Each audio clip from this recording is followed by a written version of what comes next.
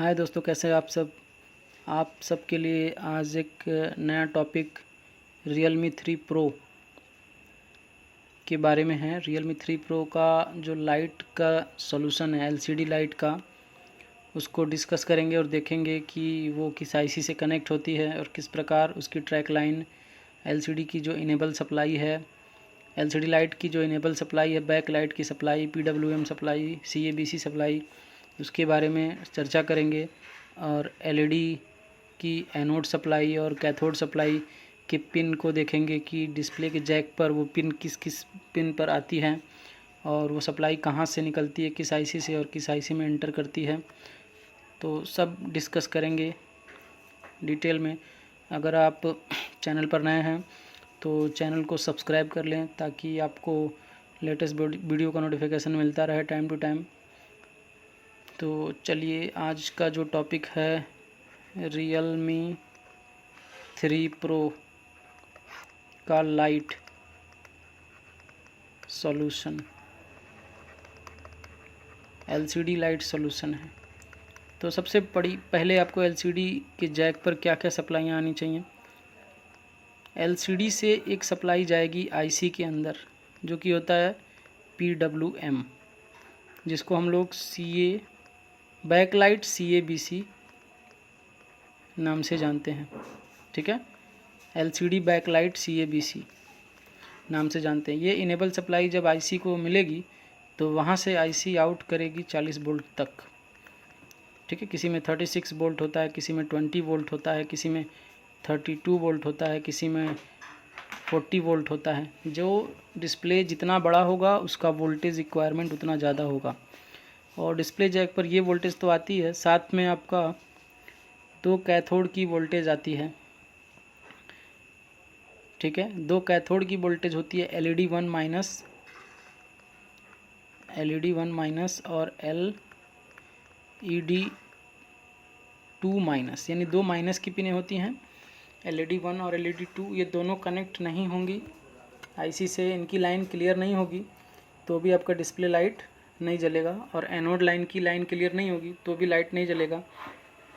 और अगर डिस्प्ले से PWM नहीं निकल रहा है CABC तो भी आपका डिस्प्ले लाइट इनेबल नहीं होगा।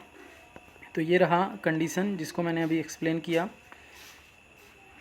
सबसे इम्पॉर्टेंट सिग्नल आपका इनेबल का है CABC, जो कि PWM है, डिस्प्ले से निकलती है। डिस्प्ले के ख़राब होने से भी आपका डिस्प्ले लाइट इनेबल नहीं हो सकता IC से। ठीक है, तो डिस्प्ले पर एनोड सप्लाई 40 वोल्ट तक अगर IC से नहीं आ रही है तो आप डिस्प्ले को चेंज करके भी चेक कर सकते हैं, सीधे IC नहीं निकालना है।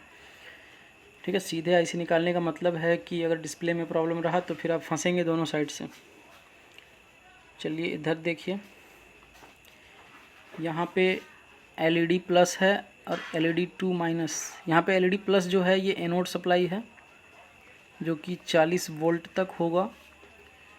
और LED 1 ये पर्पल जो रेड कलर में है मान लीजिए, और जो ग्रीन में है वो LED 2, यानी कि ये K1 और K2 पिनें हैं। कैथोड 1 कैथोड 2 की जो पिन होती है माइनस वाली, जो कि डिस्प्ले को माइनस और प्लस दोनों चाहिए ना, ये प्लस हो गया और ये 2 माइनस मिलेगा तो डिस्प्ले की लाइट जलेगी, प्लस माइनस सप्लाई मिलनी चाहिए।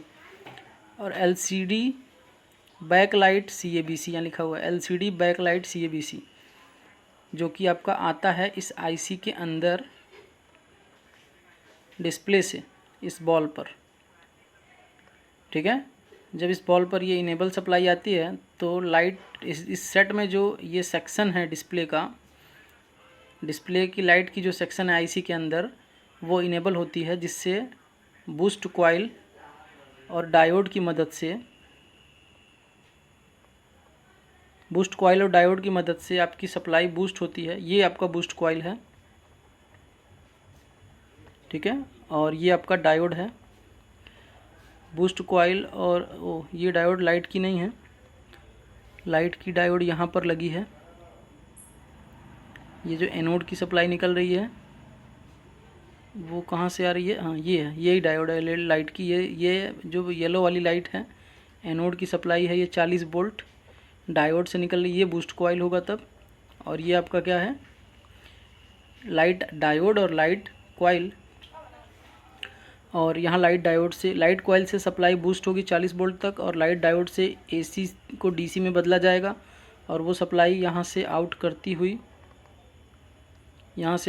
हुई साइड से ये यहाँ से निकलती हुई सीधे एलसीडी के जैक पर जाएगी। देखेंगे एलसीडी के जैक पर किस पिन नंबर पर जाती है।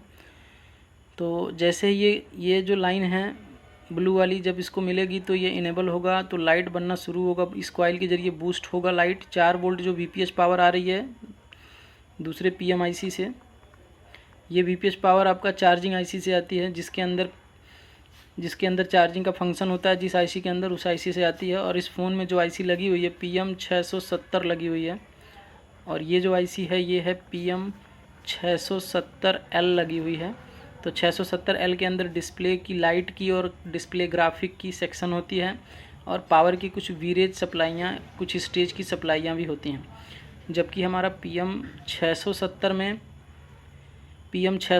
में आपकी कुछ वीरेज की सप्लाइयाँ और कुछ स्टेज की सप्लाइयाँ हैं, प्लस चार्जिंग का जो सेक्शन है PM670 में दिया हुआ है, जो कि Realme 3 Pro में यूज़ हुआ है। और यहाँ पे लाइट कॉइल और लाइट डायोड से सप्लाई बूस्ट होकर आपका 40 वोल्ट निकलेगी, और आईसी के अंदर से ये ग्रीन बॉल और ये जो भी पिंक वाली बॉल है, ये दोनों आपकी माइनस सप्लाई होगी जो डिस्प्ले जैक पर जाएगी, जिससे आपका डिस्प्ले लाइट स्टार्ट होगा। चलिए इसको देखते हैं। ये जैक पर आपको दिख रहा है साइड से नंबर 1 पर आपका आएगा 40 वोल्ट। बाकी आपका एक ब्लैंक छोड़ के 2 पिन जो है वो दोनों माइनस की पिनें हैं डिस्प्ले की, और फिर 1 2 3 छोड़ के फिर एक जो ये ब्लू वाली है ये PWM है। PWM मतलब CABC enable supply, EN supply, जिससे आपकी लाइट आईसी इनेबल होगी।